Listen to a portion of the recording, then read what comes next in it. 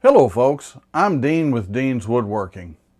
Welcome to the shop. Y'all come on in and make yourself comfortable. Tonight we're going to do a Q&A and a little bit of a shop update, okay? Let's go ahead and get started. So on the last few videos I have had a tremendous amount of questions and I had considered not doing any more shop updates, but with a tremendous amount of questions I felt like I needed to do at least a Q&A, and we'll squeeze in a quick shop update there towards the end, okay? So let's go ahead and get started with some of the questions that folks have been asking. And I will say, if there was just one question asked and that was the only person that asked it, it's probably not included in here, but there were so many to where there was a bunch of questions asked, and I wanted to make sure we address those, okay? So one of the big ones is, what finish do you use on your ornaments? Well, for most of the ornaments, I use just spray lacquer. I believe it's Def brand is what I use, but I think just about any spray lacquer would work. Why do I use spray lacquer?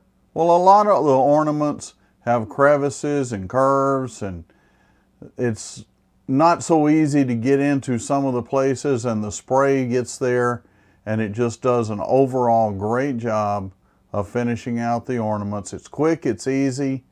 One of the questions I got multiple times on the birdhouse ornament is, do I do those with a jam fit or do I glue them?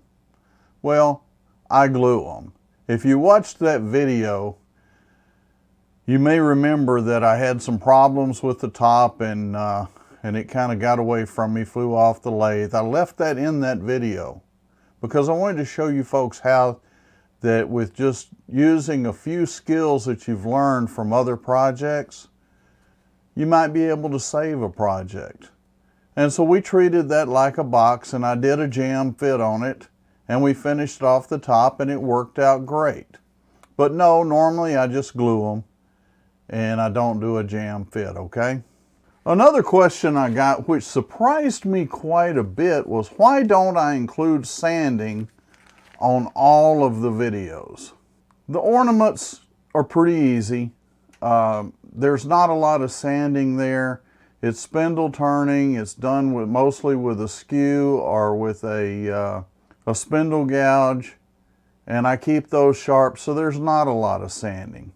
So I did include some sanding on those. However, if you get into bowls and some of the other bigger projects and stuff, sanding can easily take up half the video, and quite honestly, I think it's just boring. With that, at some point I may do a video specifically directed towards sanding and some of the do's and don'ts.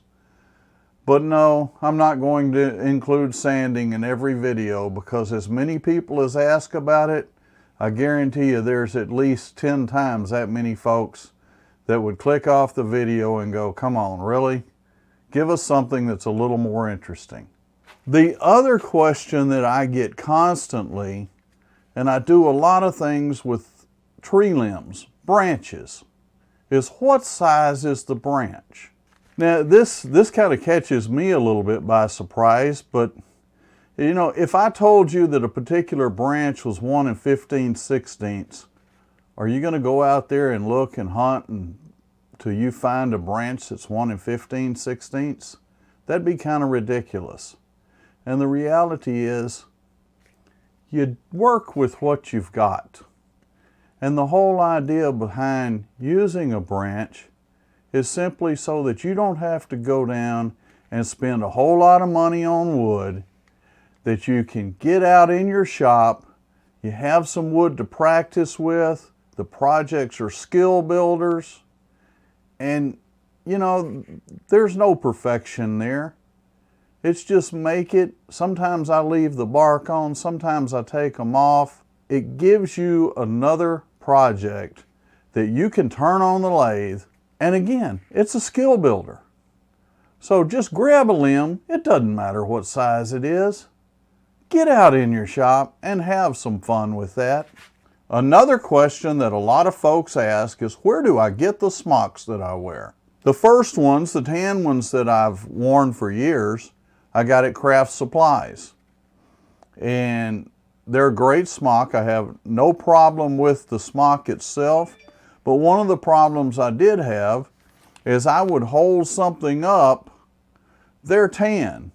Well, some of the lighter woods are tan. So I had a hard time getting them to show up in the video or stand out in the video, I guess I should say.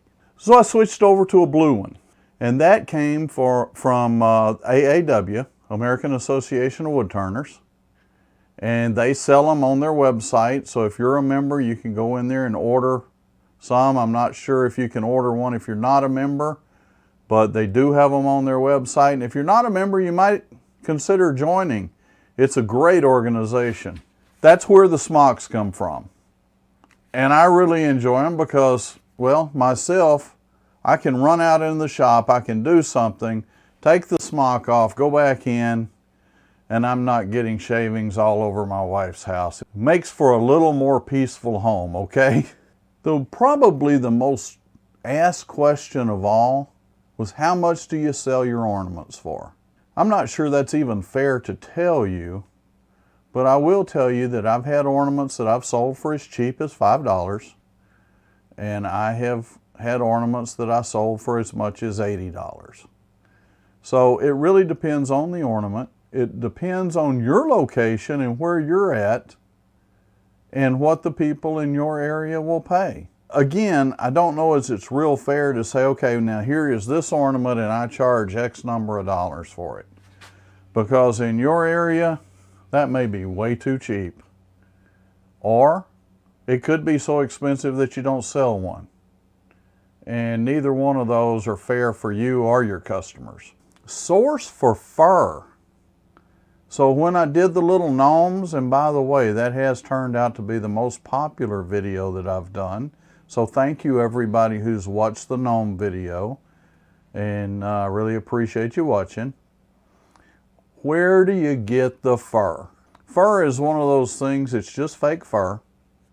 You can get it at almost any fabric store. You can get it at almost any craft store. You can order it off of Amazon or numerous other sites online. Anything that has to do with crafts is probably going to have some fur available somewhere in there. And you can get that stuff in every color you can imagine. The sky's the limit. You want a gnome with a red beard or a green beard or whatever color, you can get it. Okay, here's something else that a lot of folks ask about. It's a pin vise. These little pin vises have a little collet that goes up in the end of them. Then they have a nut that screws onto the end of it, and as you tighten that tightens down on the drill bit and holds it in place. All I did with that was take that little nut off, pull out the collet. Once the collet is pulled out, now you can fit that in your drill and you just tighten it down. You don't have to really lock that thing down because that's a tiny little drill in there. It doesn't take much to hold it. Now you can use your power drill to drill into the top of the little ornaments, a place to put the eye hook. Hopefully that'll help some of you out because a lot of you had asked about where to find a pin vise that would fit into a drill. I bought that one off of Amazon. Just about anywhere sells a pin vise, you're going to be able to get one that you can take the nut off of one end and the collet off that'll fit in a drill bit. So that should not be a problem for you. Now one of the videos that created quite a lot of controversy, that was the ultra thin parting tool that I made out of a steak knife. That thing is about 30 thousandths thick versus a thin parting tool, which is about a 1/16 or about 64 thousandths thick. So it's about half as thick as even the thinnest parting tool that you buy. Now I had folks tell me it wasn't a parting tool because you couldn't part a log in two with it. Well, guess what? If you've got an 1/8 inch parting tool, you can't part a log in two with that either. They thought it was that it wasn't a parting tool because I suggested that you not cut more than about a 1/2 inch or so in, and just stop and think about it. If you're cutting a 1/2 inch in, that's a 1 inch, we'll call it a dowel for lack of a better term. That's a 1 inch dowel that you're cutting, that you're parting off. Now, I'm not saying you can't part something off a little more than a 1/2 inch.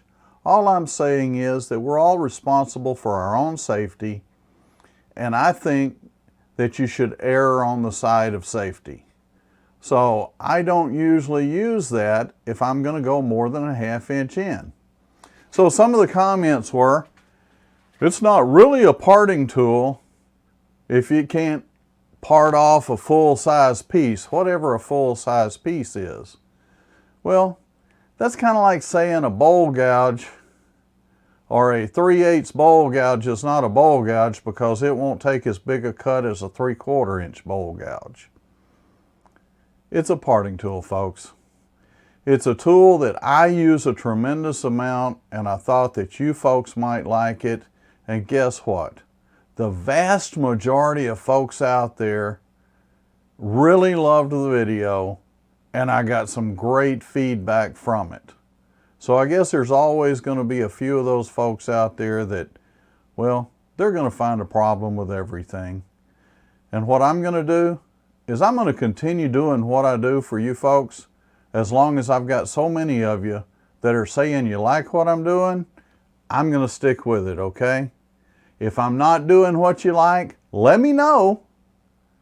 I'm not against change, but it'll be for the majority, not for just a few.